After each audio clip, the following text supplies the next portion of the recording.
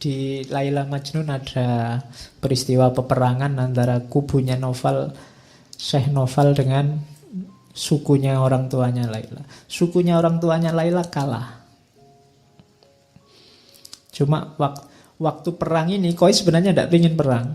Ketika perang Qais malah ada di pihaknya ceritanya Laila, sukunya Laila. Iya, bingung ya memang. Jadi karena bagi Qais sukunya Laila tadi kan ditanda tanah semua yang berhubungan dengan Laila dia sayangi juga.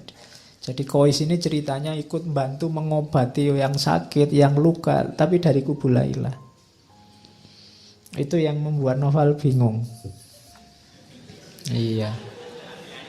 Ya, terus begitu terakhir ayahnya jadi tawanan, katanya ayahnya, nyawaku, sukuku, putriku, ya karena aku kalah terserah mau kamu apain aja. Permintaanku satu, kalau aku disuruh memberikan, menikahkan anakku dengan Qais, tidak. Ya, pokoknya itulah antagonisnya ada di situ. Jadi kalau Qais enggak, itu kehormatan suku kalau bagi ayahnya Laila. Jadi, mbok ini semua suku kamu jadikan budak, bahkan Laila kamu kawini sendiri, aku kamu bunuh nyawaku, iya, tapi anakku tidak akan kuizinkan dinikahi oleh Qais. Oke, itu di antara ceritanya begitu sampai nanti Laila menikah dan suaminya memang tidak boleh menyentuh Laila sama sekali, sampai saya tidak tahu yang meninggal duluan suaminya Laila. Tidak, mungkin dia ngenes juga tidak boleh menyentuh Laila. Karena sudah tua memang suaminya. Jadi sudah tua, kawin sama yang muda, tapi tidak boleh menyentuh. Akhirnya dia meninggal duluan. Tapi Laila ini setelah meninggalnya suaminya, kesehatannya turun drastis karena dia sudah memang habis-habisan memendam rindu. Qais juga sudah habis-habisan begitu. Kemudian dia sakit-sakitan, sakit parah. Dan nanti terakhir ada kalimat bagus, kalimatnya Laila pada ibunya, pesannya. Katanya Laila, ibu, lihatlah cahaya wajahku telah memudar dan menjadi pucat pasi, tak lagi bercahaya. Lilin-lilin di mataku tampak muram dan akan segera padam. Wahai ibuku, aku mohon engkau mendengarkan wasiatku sebelum aku pulang besok atau lusa. Bila mana aku mati, kenakan aku baju pengantin yang paling bagus. Jangan bungkus aku dengan kain kafan. Carilah kain yang berwarna merah muda, bagai darah segar seorang yang syahid. Lalu riaslah wajah dan tubuhku secantik mungkin, bagaikan pengantin yang paling cantik di seluruh bumi. Alis Qais dan bulu mataku ambillah dari debu yang melekat di kaki kekasihku. Dan jangan usapkan ke tubuhku minyak wangi kasturi atau minyak wangi apapun. Usapkanlah dengan air mata Qais, kekasihku.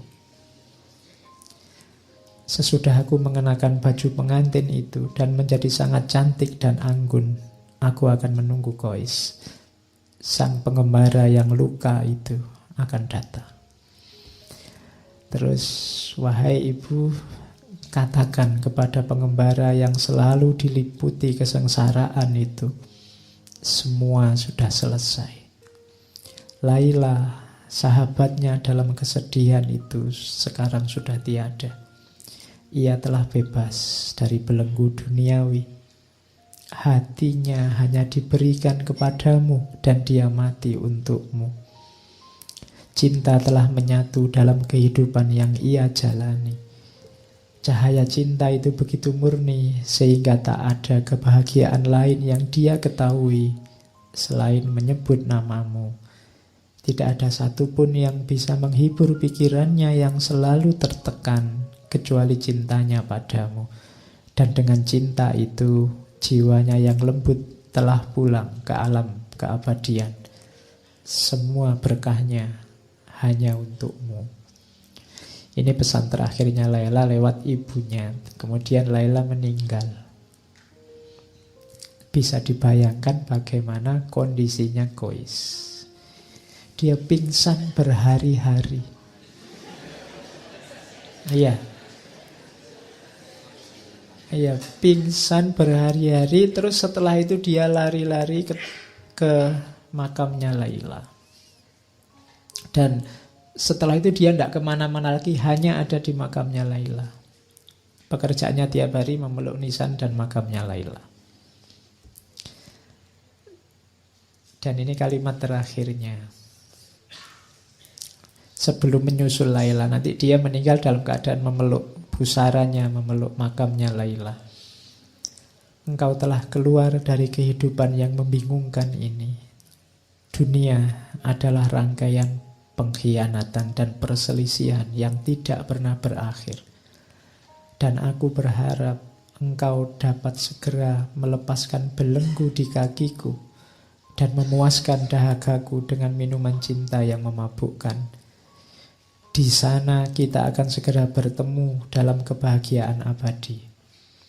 Lilin yang menyinari hidup kita akan semakin bersinar dengan nyala yang lebih terang. Cinta kita akan bercampur dengan cahaya keabadian. Ya Allah, dengarlah hamba-Mu. Dalam tatapan cinta, bebaskanlah dia dari segala penderitaan yang menimpanya selama ini. Atas nama-Mu, rengkuhlah dia dalam pelukan-Mu. Ya Allah, tunjukkanlah kasih sayang-Mu, tunjukkanlah kebesaran-Mu pada diriku ini. Pertemukanlah segera aku padanya. Tidak ada lagi yang dapat kupertahankan di dunia ini setelah jiwaku satu-satunya engkau panggil. Setelah itu tidak ada. Jadi mereka berdua meninggal. Itu akhirnya Laila Majnun.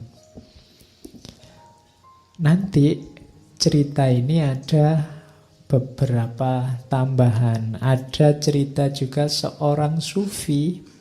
Kalau di akhir cerita itu Zaid tadi yang jadi penghubung itu bermimpi dua-duanya berbahagia di alam sana. Qais dan Laila sedang berbahagia dengan pakaian terindah, dengan keremajaannya lagi dan seterusnya. Tapi nanti ada seorang sufi yang bermimpi. Jadi sufi ini bermimpi bahwa di akhirat sana Allah menyapa Qais. Sapaannya pada Qais adalah, wahai Qais, mengapa engkau menyebut namaku dengan nama Laila waktu di dunia? Itu sebenarnya ingin menunjukkan bahwa sebenarnya ini kisah tentang cinta ilahiyah. Kisah tentang cinta kepada Tuhan yang sudah mendalam. Itu yang membuat para sufi mabuk Allah. Itu yang membuat yang ada di mulut para sufi itu ketika mengalami puncak rasa cinta itu hanya Allah.